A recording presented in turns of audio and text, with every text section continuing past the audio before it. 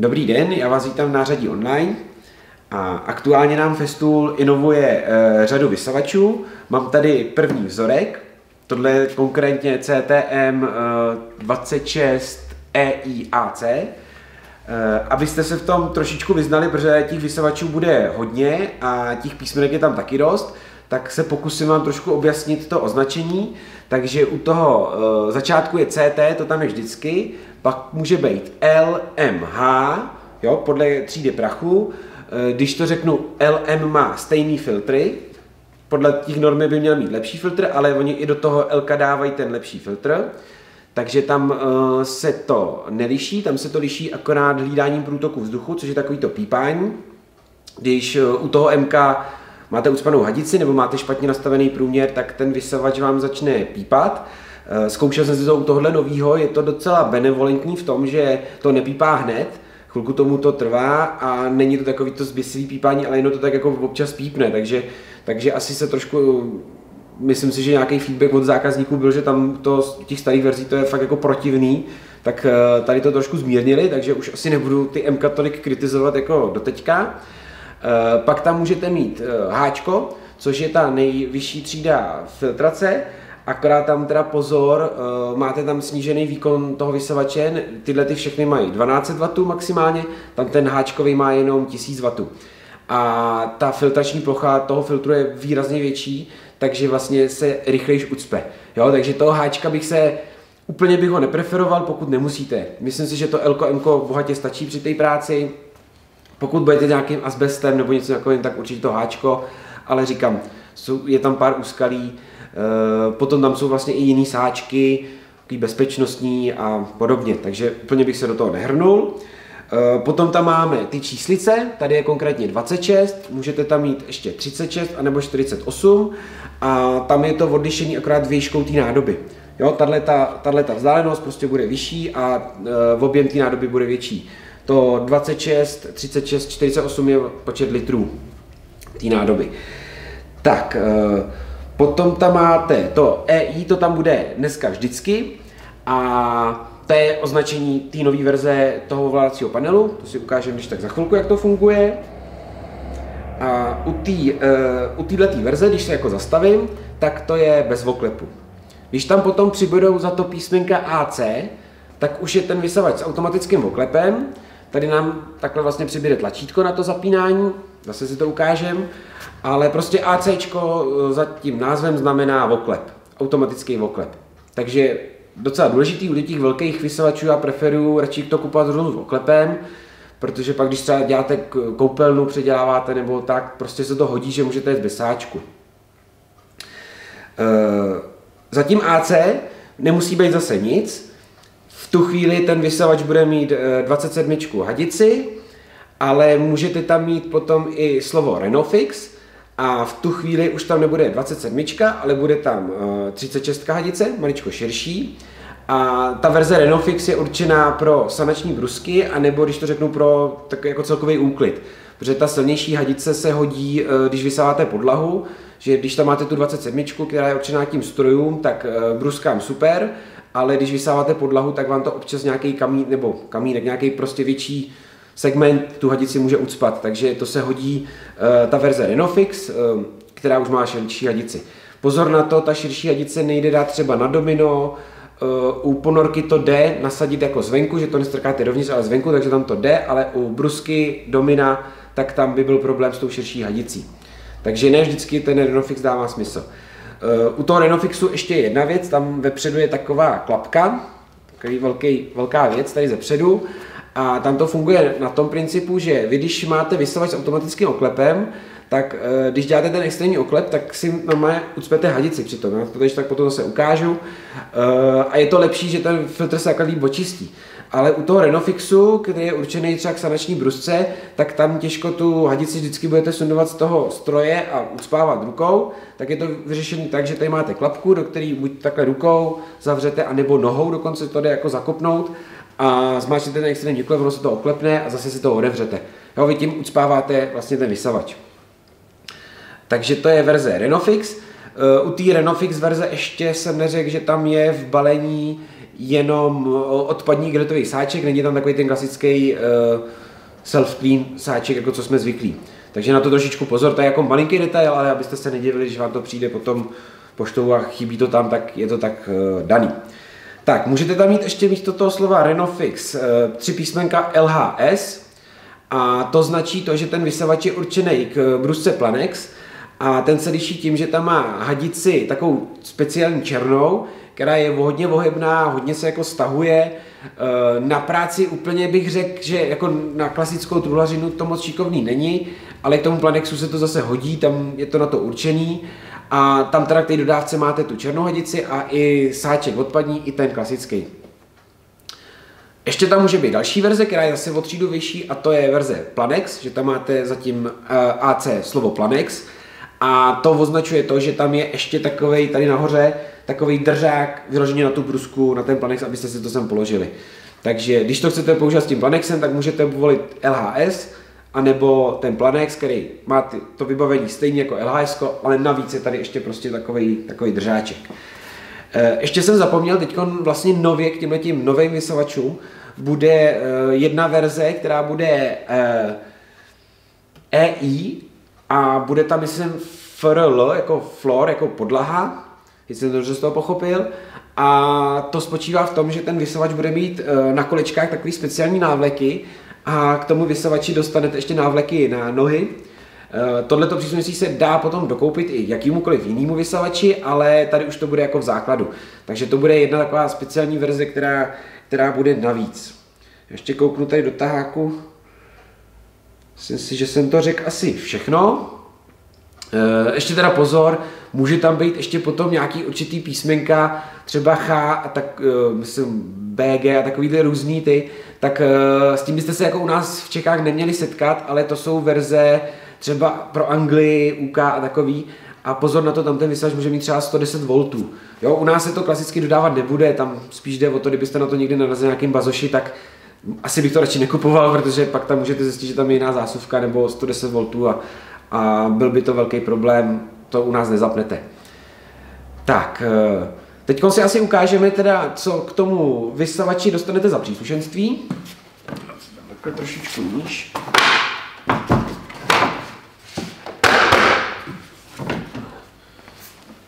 Takhle tam je schovaný vždycky dlouhý silný kabel. Je to opravdu 2,5 metru, protože ten vysavač jde potom použít jako prodlužovák, jako, nebo když potom máte nějaký stroj, který chcete napájet přes vysavač, tak aby to přeneslo ten výkon. Tak, pak je tady takováhle zátka, ta je vlastně u těch verzí M a H-kových a je to o tom, že si vy takhle můžete tady zavírat, to je vidět, takhle zavírat ten vysavač, když prostě vyndáte hadici. Taková robustka, je to tam. Tak, ze zadu takhle můžete nasilovat držák na ten kabel.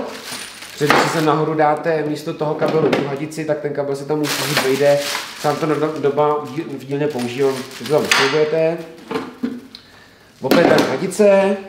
A pak je tu ještě tohle je ten klasický sáček, takový ten bílej, textilní. Tohle je opravdu sáček kolem dokola. Není to otevřený a tohle je takový ten odpadní vak, který dáváte jenom sem dolů. Je to o tom, že ten nahoru na filtr vám to lítá stejně, ale prostě když to potom chcete vyklepat, takže tohleto zabalíte, je tady taková ta spáska, abyste to stáhli a hodili do popelnice. Já to občas kritizuju, ale zase už mi někdo říkal, že to jako je dobrý, takže nebudu to hodnotit. Tak, takže to je takhle, k tomu příslušenství. Ještě ohledně té hadice, tak tady by měl být schovaný čip, který vám reaguje, nebo v jednom zakódovaný průměr hadice. Ono by si to tady mělo samo nastavovat, to se mi nepodařilo vyzkoušet, takže nevím, jestli to sem furt dávají nebo ne, ale každopádně může se to protáčet, ta hadice je opletená, když takhle tady rozeberu to.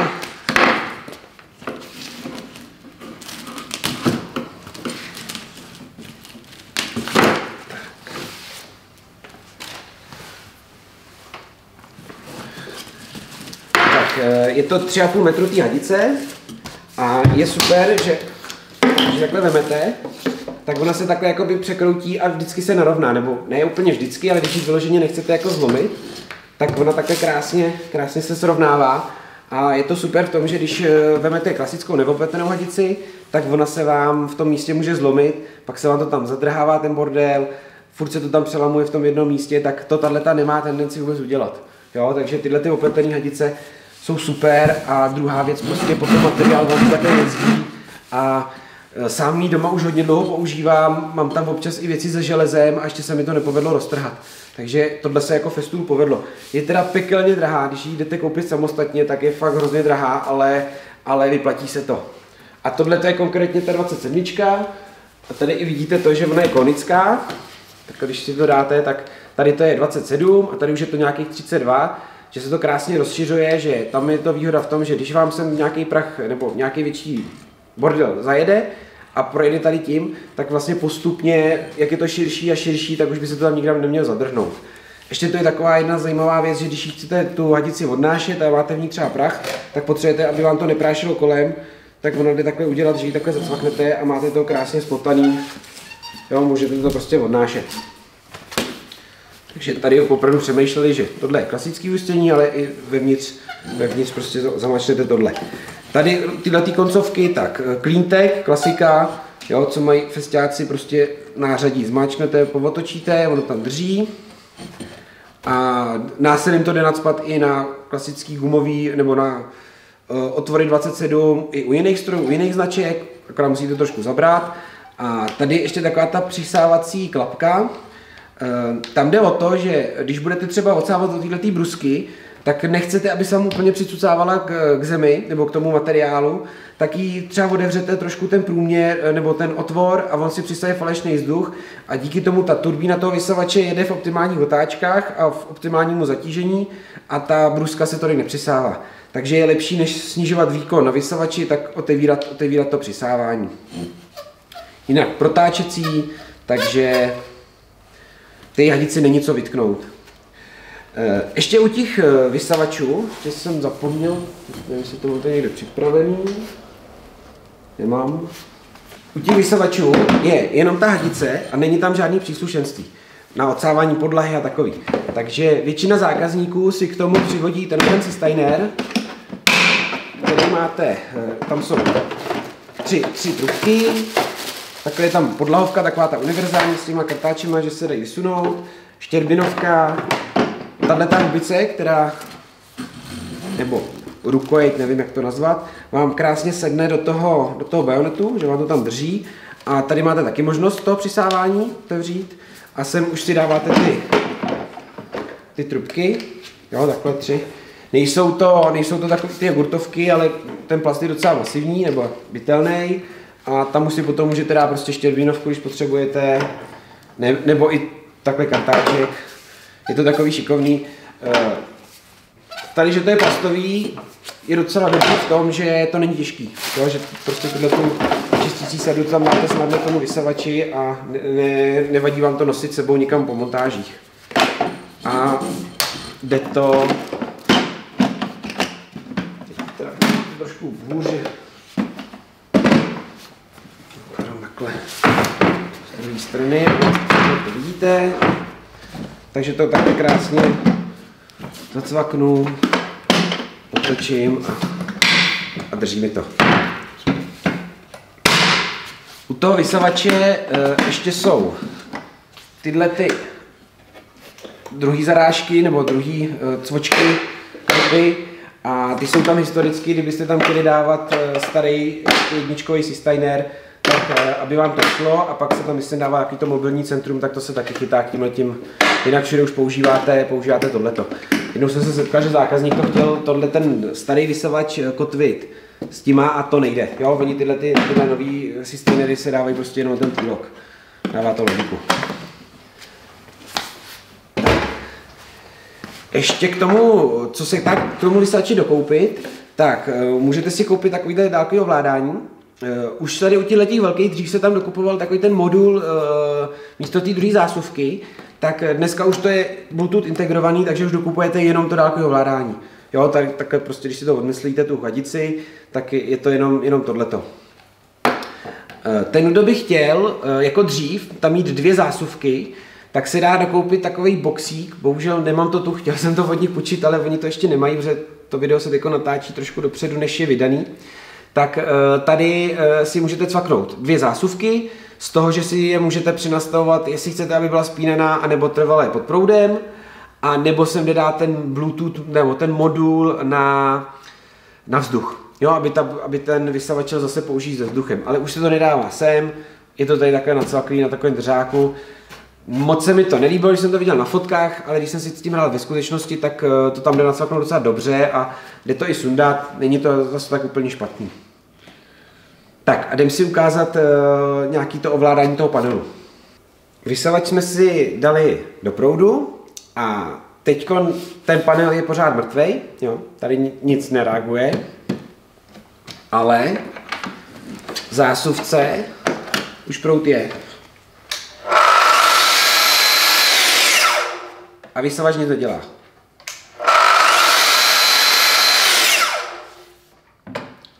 Tohle je vlastnost, kterou u těch starších vysavačů docela lidi nadávali, protože když jste ten vysavač teď měli zaplý někde, já nevím, 7 metrů daleko v zásuvce a chtěli jste třeba použít horkovzdušku, tak to nešlo.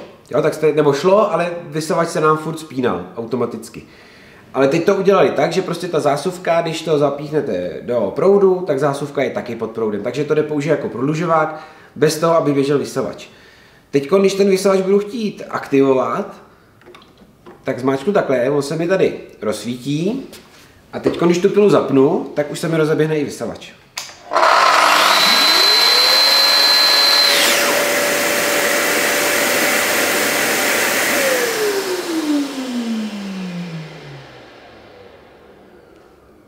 Takže když jsem ho aktivoval tímhletím mechanickým tlačítkem, tak teď ten vysavač prostě funguje s automatickým spínáním, jako jsme zvyklí.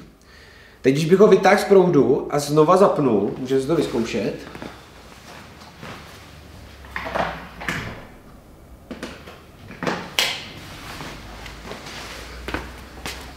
Tak se mi to zase rozsvítilo, protože tohleto mechanické tlačítko je mechanický, takže i když jsem to vytáhl z proudu a znova zapnul, tak ono je seknutý. Takže teď mi to zase ten vysavač zapne.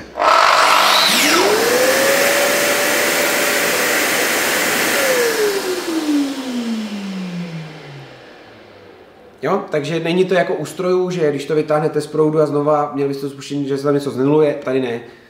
Tady to vlastně nevadí, protože vysavač, že vám se zapne vysavač, to nemůže nikdy nikomu ublížit. Takže dobrý, pro ty vlastně, co chtějí to vždycky použít automatickou zásuvkou, tak stačí to mít takhle furt zaplý a jenom to dáváte do proudu, vyndáváte a je to. Další možnost, jak ten vysavač zapnout, je tady ten manuální dotyková plocha.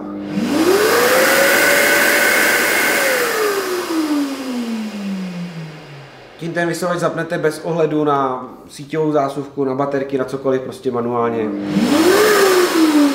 Zapnete, vypnete. Potom tu máme dálkový ovládání. Tohleto tlačítko, jak jsem říkal, se musí dokoupit, takže to není v základním balení, ale dá se, stačí samotný, nekupuje už si žádný modul do vysavače. A teď, abych si ho spároval, tak jo, teď mi nereaguje, tak tady je Bluetooth párovací tlačítko. To bude fungovat potom na akustroje při krátkém stisku a při dalším stisku mi to bude reagovat na to tlačítko. Takže já to chytnu a přidržím to delší dobu. Ono mi to začalo blikat rychlejš.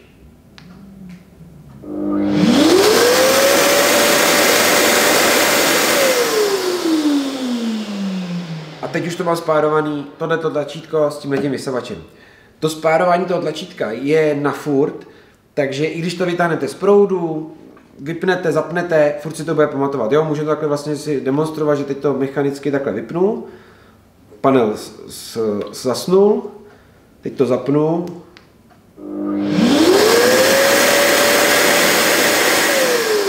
Taková informace, když byste tohleto tlačítko chtěli odpárovat od svého starého vysavače nebo třeba od tohohle a napárovat si na jiný vysavač, tak se to udělá tak, že zmáčknete v obě dvě ty tlačítka.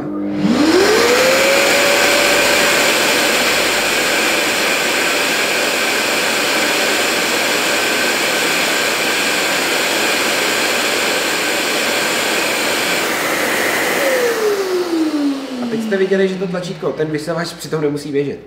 A to tlačítko tady zasvítilo takovýma různýma barvičkama a odpárovalo se od toho vysavače, takže teď, když to zapnu, tak to zase nefunguje. Jo, můžu si ho napárovat díky tomu na nový vysavač, ale tohle je takový ten servisní mod, který uděláte jednou za čas, takže jenom znova, aby to začalo blikat rychlejš a teď už to bude reagovat.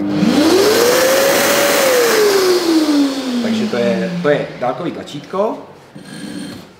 A poslední možnost tak je akustroj a tam stačí udělat to, že zmáčknete zase to párovací tlačítko a zapnu stroj.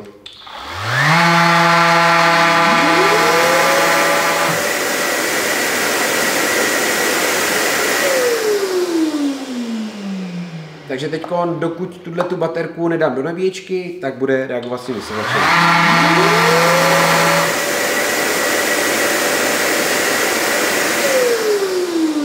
Ještě jedna taková věc, ne každý to ví, tak tohleto párovací tlačítko, úplně to samé, ono tady máte i naznačený, funguje tady na tom dálkovém ovládání, tom menší z boku, tak to funguje stejně, takže když tohle zmáčknu, zapnu nějaký stroj aku, tak se mi to spáruje.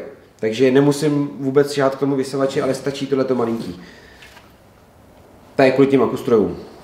U toho panelu ještě zastavíme, máte tam ještě plus minus a tam jde o to, že když je ten vysavač v tomhleto módu a neběží, tak tím plus minus nastavujete průměr hadice. Já tam měl teď 42, tady, aby správně fungoval ten systém toho hlídání průtoku vzduchu, tak by si tam měl dát 27, takhle. A teď vám by měl hlídat ten průtok na tyhle 27 hadici. Můžu to demonstrovat tak, že když to zapnu a ucpuji, tak on začne za chvilku pípat. Tak si to zkusíme.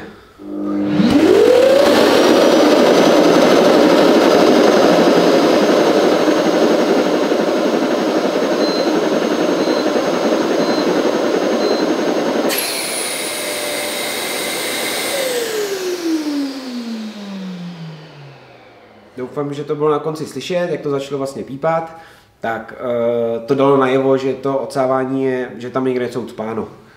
Já jsem zastánce toho, že si kupuju radši Elko, že to mám ucpaný, jste slyšeli na tom motoru, ale je to tam, někdo to vyžaduje, na některých stavbách už se to Elko musí používat, takže, ale říkám, je to docela benevolentní v tom, že to nepípá hned, to jste slyšeli, že to nechalo docela dlouhou dobu, takže to je dobrý. A když ten vysavač zapnu,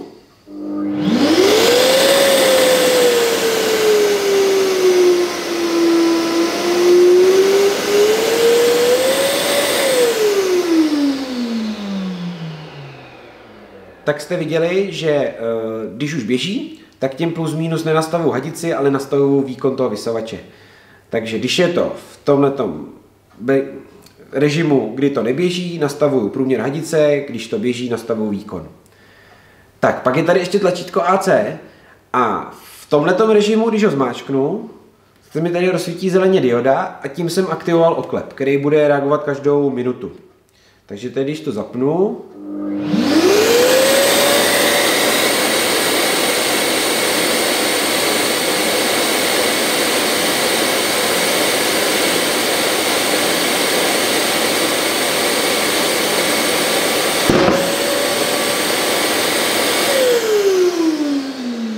teď jste to slyšeli, že v něm bouchne. A každou minutu v něm bouchne takhle jednou. Ale ten festiák má ještě tu funkci, že dokáže to bouchnutí udělat 3 za sebou, extrémní, abyste to dokázali rychle očistit ten filtr. A to funguje tak, že když to zapnu a vysavač poběží a já zmáčknu to tlačítko AC při tom běhu, tak to 3krát bouchne. Jo, ono to uslyšíte hned. A v tu chvíli, když to takhle bouchá, tak je ideálně mít ucpanou hadici. Takže buď, když máte tuhle verzi, tak ucpat rukou, a nebo pokud máte tady tu klapku, tak v tu chvíli zavřít tu klapku. Takže si to zapneme.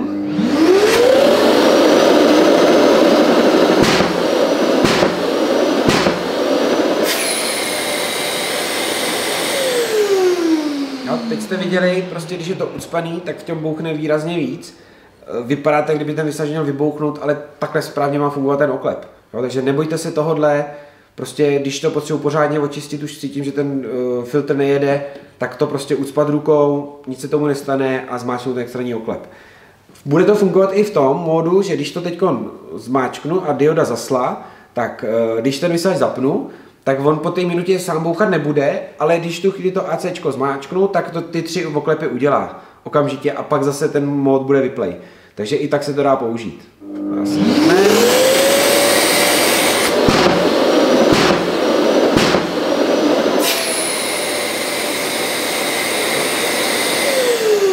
A teď dokud bych to nezmáčkl, tak poběží dál, oklepávat nebude.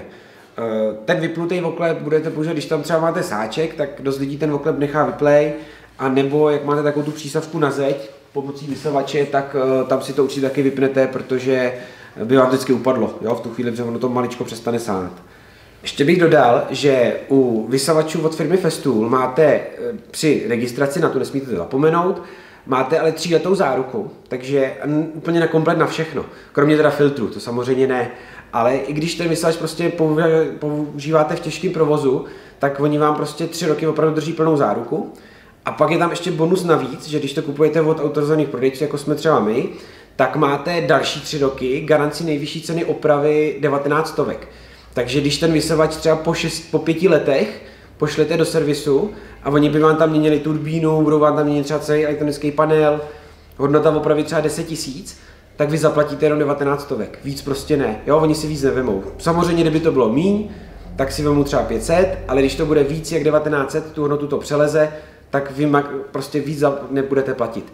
Takže to si myslím, že je jako opravdu dobrý, že prostě když kupujete festiácký vysavač, tak ho kupujete na 6 let skoro bez investic. Jo? 19 stovek po 5 letech mi přijde jako adekvátní, že to je prostě úplně zadarmo. Jo, když ho koupí nějaký kutil a bude ho používat jednou za týden, tak ani nemá šanci ani za těch 6 let jako zničit, ale v těch firmách, kde to trpí a má to těžký provoz, tak tam se tato záruka hodně vyplatí. Tak to je takový detail. Tak děkuju za pozornost a mějte se hezky u dalšího videa. Nashledanou.